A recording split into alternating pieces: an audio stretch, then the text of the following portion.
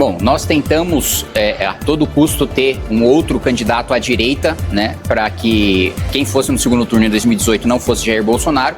Ele foi para o segundo turno, tivemos que fazer um voto útil para derrotar o PT, que a gente tinha acabado, né, de promover as manifestações pelo impeachment, colocar o Lula na prisão, derrubar a Dilma, e a gente tinha a esperança de que um novo governo pudesse trazer mudanças.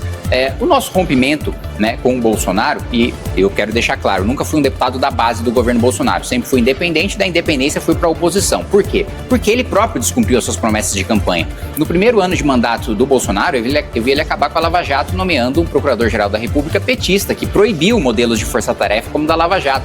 Eu vi ele nomeando o Cássio Nunes para o Supremo, que todas as oportunidades que teve para votar a favor do Lula, a favor dos investigados da Lava Jato, votou, né? Eu vi Bolsonaro e Paulo Guedes furando o teto de gastos no primeiro ano de governo, porque muitas vezes os bolsonaristas falam, não, a gente furou na pandemia, que é natural, justificável, qualquer governo teria furado o teto na pandemia, que foi uma coisa muito extraordinária. Mas não, foi antes em 2019 e depois com a PEC Kamikaze, que se assemelha muito ao pacote de bondades que Lula e Dilma sempre fizeram nos seus últimos anos de mandato, que criaram mais de 100 bilhões de reais de rombo, e eles que sempre foram críticos do Bolsa Família, turbinaram o Bolsa Família como nunca antes, né?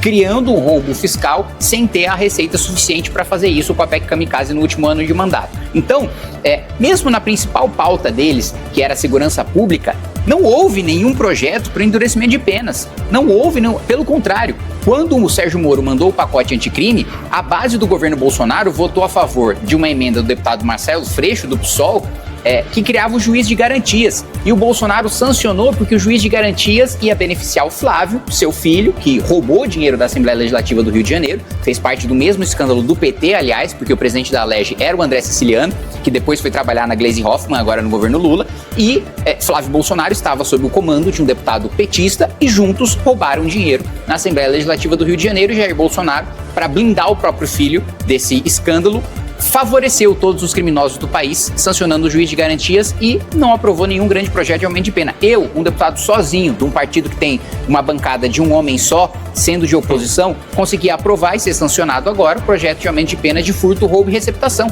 Eu não sou presidente da República, eu não sou líder de uma grande bancada, eu sou líder de mim mesmo, e ainda assim eu consegui fazer isso. Imagina ele com a caneta de presidente, não fez por pura incompetência e por rabo preso também.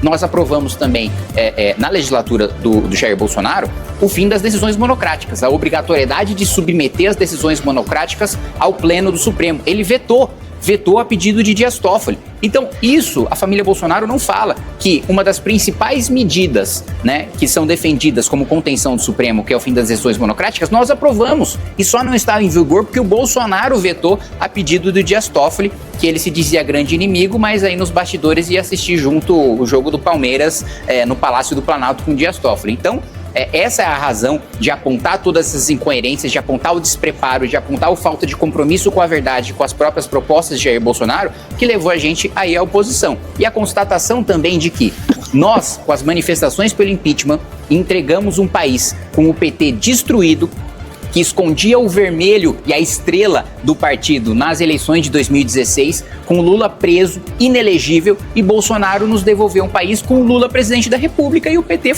mais forte do que nunca. Então, se nós quisermos que o nosso país não seja mais refém, né, do Partido dos Trabalhadores, né, para o resto das nossas vidas, ou pelo menos pelos próximos ciclos eleitorais, nós precisamos tirar a família Bolsonaro da cabeça da direita brasileira. Entrando então um pouquinho na candidatura do Renan Santos à presidência da República. Essa semana saiu uma pesquisa Real Time Big Data que mostra ele como o principal nome da terceira via.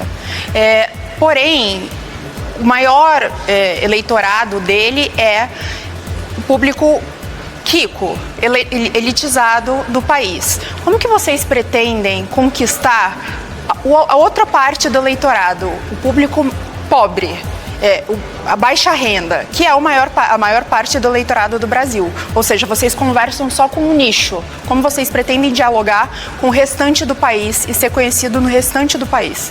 Quero levantar 2 pontos. principal recorte do nosso eleitorado não é de renda. O principal recorte é de idade.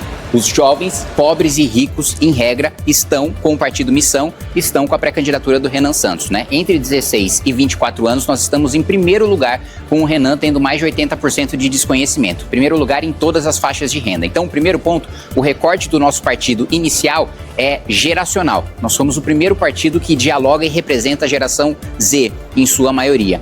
Depois, eu vou discordar do critério que você utiliza para chamar de rico, porque para mim, quem recebe de 2 a 5 salários mínimos e de 5 a 10 salários mínimos, não é nenhum milionário, não é nenhum rico. Como quando as pessoas escutam a palavra rico, é diferente do critério do IBGE.